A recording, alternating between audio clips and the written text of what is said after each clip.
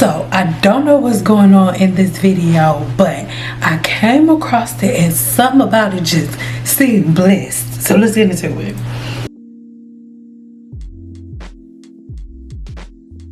So a young lady posted on TikTok. I'm gonna see if I can post a video. I may not be able to, but I'm gonna explain real quick. She was down here in South Florida, and she said to the South Florida hairstylist to get your act together. She said that she had been going to this young lady who was a hairstylist who she went to a few times, and she said that every time the lady would make an excuse for why she couldn't do their hair. I think she said she had 3 bundles. She came in, the hairstylist told her, I can't do 3 bundles. She was like, well, do what you can. The hairstylist said no, because the bundles are not full enough, so she didn't want to do the bundles. She said, if you cough, she didn't want to do your hair. If you cough, she don't want to do your hair. My question is, real quick, I get it. I know. People be rude. People stink. People nasty. People rude. But my question is, if you go there and they act like that, why would you go back again?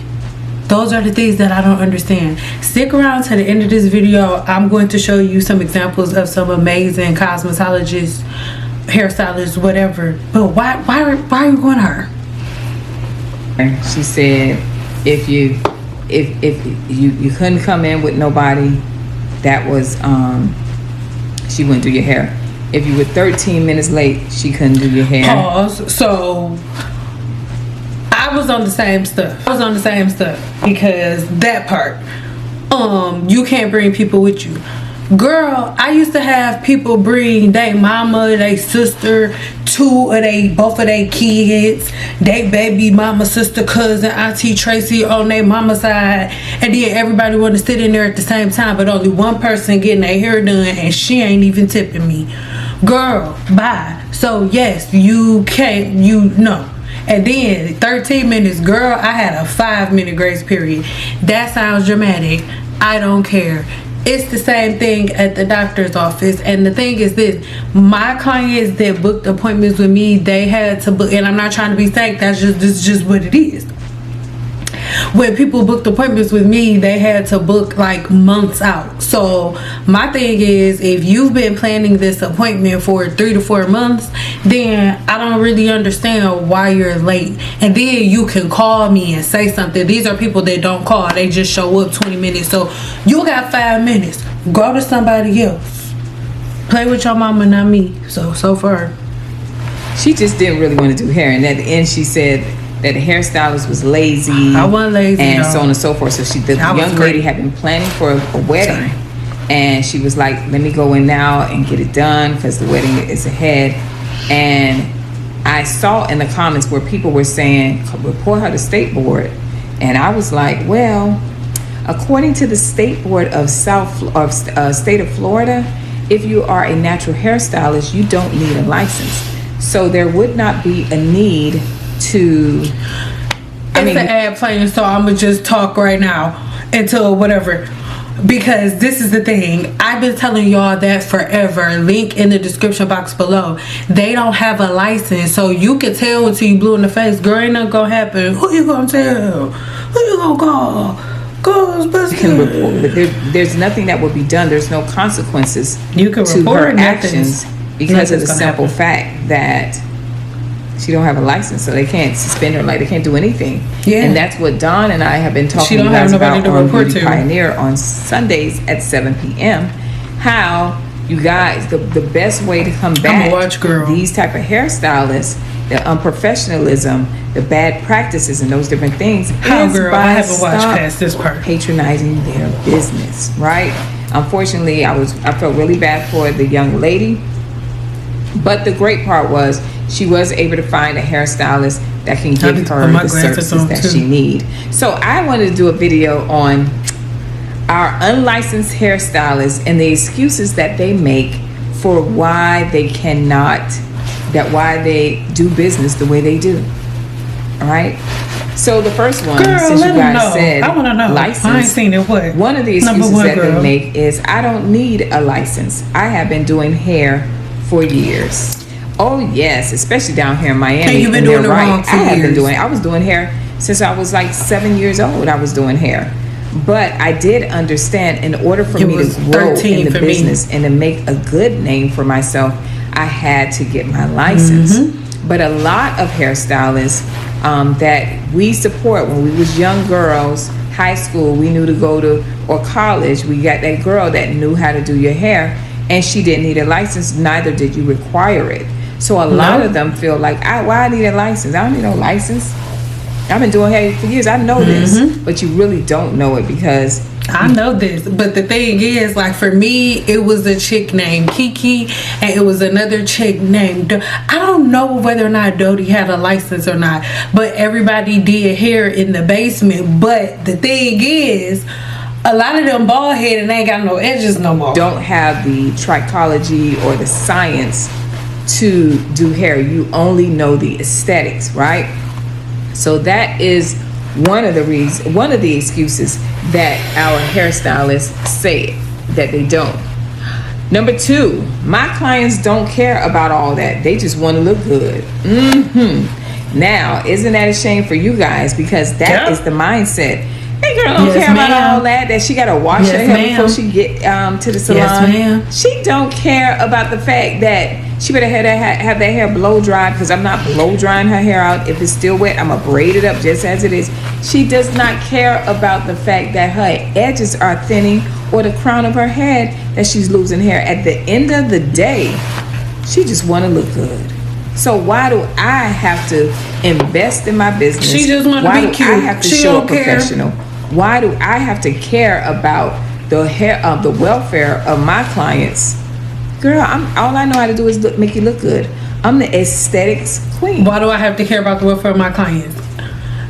That is the thing. And the truth of the matter is, as long as I did hair and as long as I went to school and furthered my education, when I first started really learning and doing the research, I was so excited. I was like, oh my God, my clients are gonna love this information. And then when I would give it to them, they would look at me like, okay, I don't care. Like, okay, but it gotta look cute. Okay, but I wanna look cute. So that is number 2. My clients don't care about all that. They just want to look good. Number 3, licensing is too much, honey. Honey, I think right now, the last I heard, to get a cosmetology license, you had to have, it was like $30K. When I went to beauty school, it was like, I want to say right around 12K, 15K, between 12 and 15K. But I'm like, but you make so 40. Much more if you did things the right way. But a lot of the reasons why, and this goes back into why they don't invest in their business. If they don't even invest in their education, they just going by what they see. They really don't. We're artists. Get the license, so and that's it. I can watch someone do something, and I can go ahead and do the exact same thing when it comes to hair. It's too much, honey. Honey, I think right now, the last I heard, to get a cosmetology license, you had to have, it was like 30K. When I went to beauty school, it was like, I want to say right around 12K, 12, 15K. I gotta ask my mom. 12 and 15K. Mine was almost 40. But I'm like, but you'll make so much more if you did things the right way. But a lot of the reasons why, and this goes back into why they don't invest in their business. If they don't even invest in their education, they just going by what they see, because we're artists. So I can watch someone do something, and I can go ahead and do the exact same thing when it comes to hair, because I'm an artist at the end of the day. However, I needed the education to make sure that when a client asked for a certain cut, style, color, or whatever, I had the education to be able to give the clients what they needed, right? And do it where I didn't compromise their hair or put them in jeopardy, where they, I didn't do those things. Now, have I made mistakes? Yes. But with the education, I'm able to say, oh, I made that mistake. That could have cost me something. Let me get continuing education. Yes, they don't even want to do continuing education, because you know why? I got to spend money and every penny that they have, it's going in their pocket. And the bad part about it, they actually think that they're getting over it, and they're not. They just have a high rate of turnovers of new clients every day, all day, right? They are limited at the trend. They only know how to do certain things, maybe just braids. They only know how to do certain things, and it's not to go against you, because if that's what you like to do, then that's fine. But I'm talking about the ones who want to do more and who are doing back practices, who are coloring hair, and who are putting up relaxers and all these different things so your hair can blend it with the weave and stuff. And they have no education. And they refuse to, because they're not going to invest their money. They're not going to invest their money in their education, and they're not going to invest their money. And that's the thing. One of the main reasons that people are constantly going through this is because nobody requires a license. Y'all set the bar so low. It's like, as long as the pictures look good, that's fine. But nobody requires anything. Into their business. No. Business. They got bills to pay. Number 4, State Board doesn't teach black hair. You're right. It's not a culturally inclusive. It's not culturally inclusive enough. Exactly. We have millions of hairstylists, but that's not an excuse to skip education. It's a reason to be in the room and change it from within. Right? Exactly. So now the other excuse is, well, child, State Board ain't got nothing to do. They don't even know how to do the black hair. That's why, they ain't even requiring of us. This is the sad part. You ever been around somebody and the situation, they might be going through a situation that's not good, and you're like waiting, you're hearing the story, and you're like, oh, I know this is gonna be a good ending. You're waiting for that eye in the sky, that revelation where they figured it out and they made something of themselves, and they said they didn't have to sit in the wallow in the mess, and how they came out and how they overachieved. That's how a lot of unlicensed hairstylists are. Yes, ma'am. They're like, I don't have the money for it. To be honest, people don't care. They just want to look good. These are all the reasons that they're saying. Guess what? Why I got to change it? Why I have to stop? The people still coming. So why do I have to? And I agree with that 100%. And that's one of the things that irritates me the most, because when I saw a problem within the industry, I stepped out from behind the chair and then went on the outside and changed it. And to date, I've had thousands upon thousands upon thousands of women that have cured and reversed scalp infections, follicle disorders, who started with really, really short hair and now have hair down their back, or shorter hair and hair down their back, who started with bald spots and now they feel completely in like, girl. So I stepped away to do the work. Everybody else is like, oh, there's nothing in cosmetology school, like they don't teach anything. But imagine if, instead of black women spending all of the time that they spent to tear down the industry, because black women fought so that you didn't have to have a license, anybody could do it. You don't believe me? You're probably new to my channel. If you already seen this clip, I'm sorry, but let's roll this clip. That video, we talked about how black women fought so that other black women didn't have to go to cosmetology school, or to get a hairstylist license, or to even get a braider's license for that matter, because it's a cultural practice. And hair is hair. And this is one thing that my students learn. This is one thing that gurus learn. I have multiple people that are within my courses who have children outside of their race. Like, they'll be Caucasian or another race, and they'll have a black daughter, like maybe adopted or something, and they do their daughter's hair really, really good. Why? Because they're not following hacks and fads. They learn the science. But who needs science? That's what y'all say. Girl, do anything different. I'm not getting no license. Who gonna stop me, boo? I'm still gonna get paid. It's a fool. What they say? It's a fool around. It's a saying. They say it's a fool every day, or something like a fool born every day. I think that's what it says. It's a fool born every day. It's a fool coming to sit in this chair. Sorry, not to offend you, but that is what they're thinking. because you don't have the education to or to say, you know what, they playing right she in your ain't do no face. consultation. She came in here looking crazy, her attitude bad. The lady was saying all of this about this hairstylist, but she kept going to her. And that was the part she was saying. She got a bad attitude. She lazy. She don't do hair. And I'm like, you still made an appointment? So it's only so much that we can blame the hairstylist for, right? Oh my God. And then the last one. I don't need a license. I've got loyal clients. That's you guys. Y'all the loyal ones, right? That was that young lady. She was loyal. Loyalty right is beautiful, but what happens when something goes wrong? When a client's scalp reacts, when the hair falls out, or when someone files a complaint, that's when loyalty won't protect you, but a license. Y'all ain't friends now. Then at that point, y'all end up on Judge Judy. Even though I think a lot of these things are staged, next thing you know, you on court TV trying to figure out how you gonna get your money back. But you ain't need no license. She can lay some lace, girl. Girl, my hair is sweating out. As we sit here talking, my hair is sweating out. So love me for me.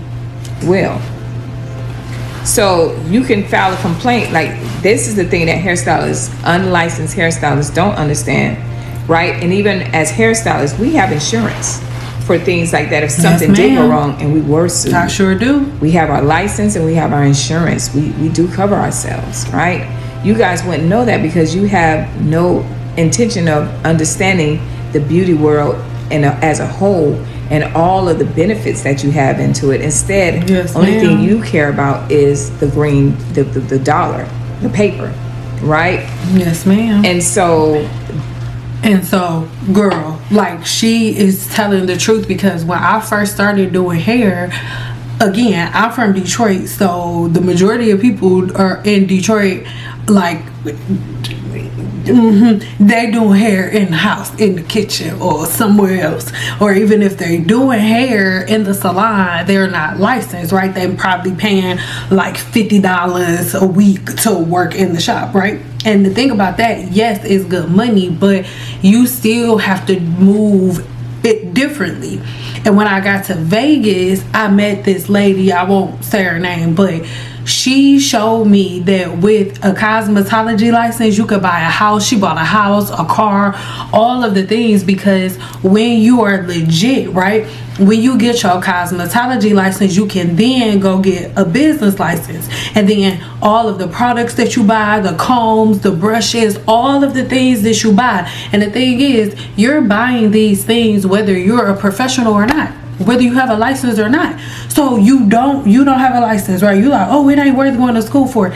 Yes, it is, girl. Because if you go to school, you get your license, and then you get a business license, and you start being able to write all of that off. I'm telling you, girl, I didn't even know it. Your lunches, your shampoos, your conditioners, your towels, gas, all that stuff, girl, it's a tax write-off. You think your tax return is something now, girl, all that stuff is a tax write-off.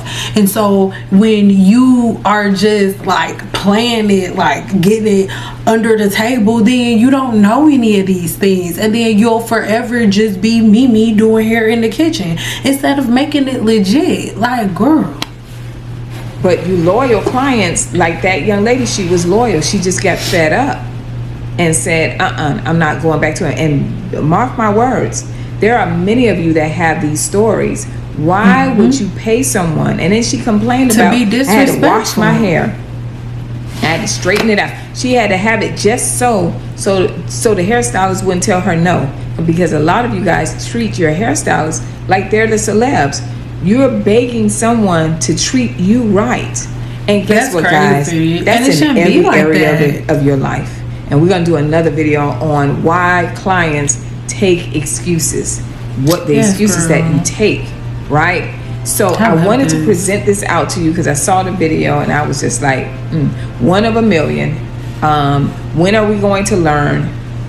The only way you're going to be able to combat that is stop supporting unlicensed hairstylists that are not willing to make the sacrifice or invest in their business in their education, and in their clients. All right, I pray that this video helps you. Remember, we do have one-on-one consultation.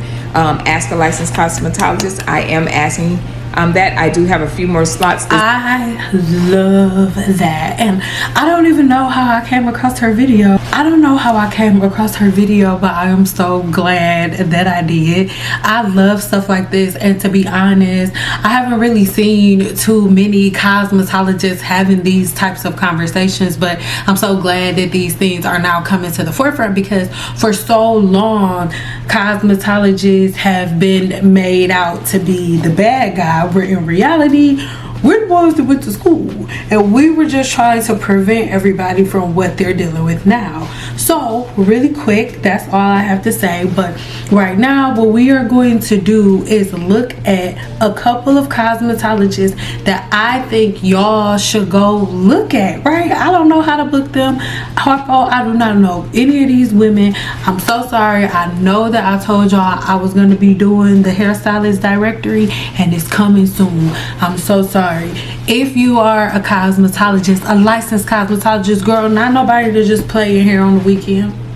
If you're a licensed cosmetologist, make sure you email me here and let me know, give me your information, because I would love to have you on my hairstylist directory.